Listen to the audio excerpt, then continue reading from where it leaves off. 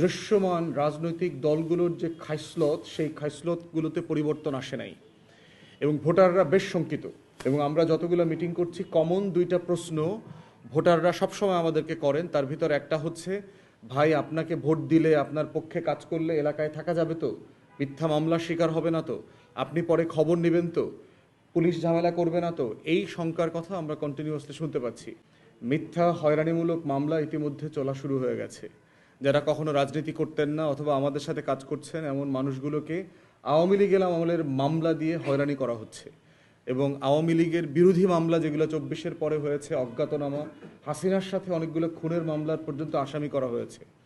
আমার এলাকাতে আমি দেখেছি যে সংখ্যালঘু সম্প্রদায়, হিন্দু এবং খ্রিস্টান সম্প্রদায়, যারা কেউ রাজনীতি করতেন না, তাদেরকে বিভিন্ন মামলায় ফাঁসিয়ে দিয়ে হয়রানি করা হচ্ছে এবং বলা হচ্ছে জামিনের ব্যবস্থা করব যদি তোমরা এই মার্কার জন্য কাজ করতে কথা দাও, ওয়াদা দাও যে তোমার পুরো সম্প্রদায়ের ভোট আমরা পাবো। আমার আসন বরিশাল 3, বাবুগঞ্জ, মুলাদি সহ, সেখানে সর্বহারা পার্টি নিষিদ্ধ যে বিভিন্ন গোষ্ঠী আছে তাদের অনেককে জামিনে ছাড়ানো হয়েছে শুধুমাত্র ব্যালট কেন্দ্র দখল করার জন্য, ভোট জালিয়াতি করবার জন্য। কারণ তাদের সুনাম আছে, তারা কিভাবে ভোট কেন্দ্র দখল করতে হয় তারা জানে।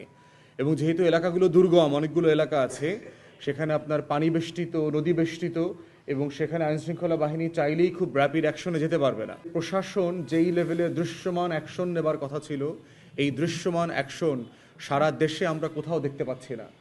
যৌথ বাহিনী অনেক সময়, লম্বা সময় ধরে মাঠে আছেন, তাদের যে সিপাহীরা আছেন, জওয়ান আছেন, জুনিয়র অফিসাররা আছেন, তাদের মধ্যে আন্তরিকতার কোনো ঘাটতি দেখতে পাচ্ছি না। আমাদের আইনশৃঙ্খলা বাহিনী যারা আছেন, পুলিশ, র্যাব, বিজিবি, কোস্টগার্ড, আনসার, তাদের প্রত্যেককেই মাঠ পর্যায়ে অত্যন্ত আন্তরিক এবং নিষ্ঠাবান মনে হয়েছে। তারা আসলেই চায় যে বাংলাদেশটা বদলে যাক, একটা ভালো নির্বাচন হোক, এবং সেই নির্বাচনে তারা দুষ্ট লোকদেরকে গ্রেফতার করুক, ধরুক। কিন্তু কোনো এক জায়গাতে হুকুম দেবার জায়গাটাতে কেমন একটা সমন্বয়হীনতা আমরা দেখতে পাচ্ছি, যে কোনো এক জায়গা থেকে তাদেরকে বলা হচ্ছে না তোমরা কাজটা করো, তোমরা অপারেশনে যাও, তোমরা অস্ত্র উদ্ধার করো, তোমরা দুষ্ট লোকগুলোকে ধরো।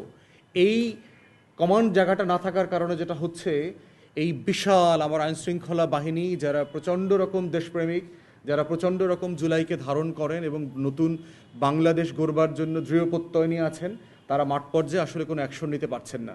ফিজিক্যালি আছেন, কিন্তু কোনো ভিজিবল অ্যাকশনে, স্ট্রাইকিং ফোর্স আকারে তাদের যে রোলটা প্লে করার কথা ছিল, সেগুলো আমরা দেখতে পাচ্ছি না। আপনার 3.5 লক্ষ 4 লক্ষ ভোটারের মধ্যে আপনার 50টা দুষ্ট লোককে গ্রেফতার করে যদি একটা ভালো নির্বাচন করা যায়, এবং সেটা ফৌজদারি অপরাধ আপনার করার দরকার নাই, সেটার জন্য আপনার সিম্পলি বিশেষ ক্ষমতা আইনে আপনি 3 সপ্তাহের জন্য ডিটেইন করেন, আপনি 1 মাসের জন্য ডিটেইন করেন, দেখবেন যে আগে পরে নির্বাচনের পরিবেশ যথেষ্ট রকম আশ্বস্ত করবার মতো হবে ভোটারদের জন্য।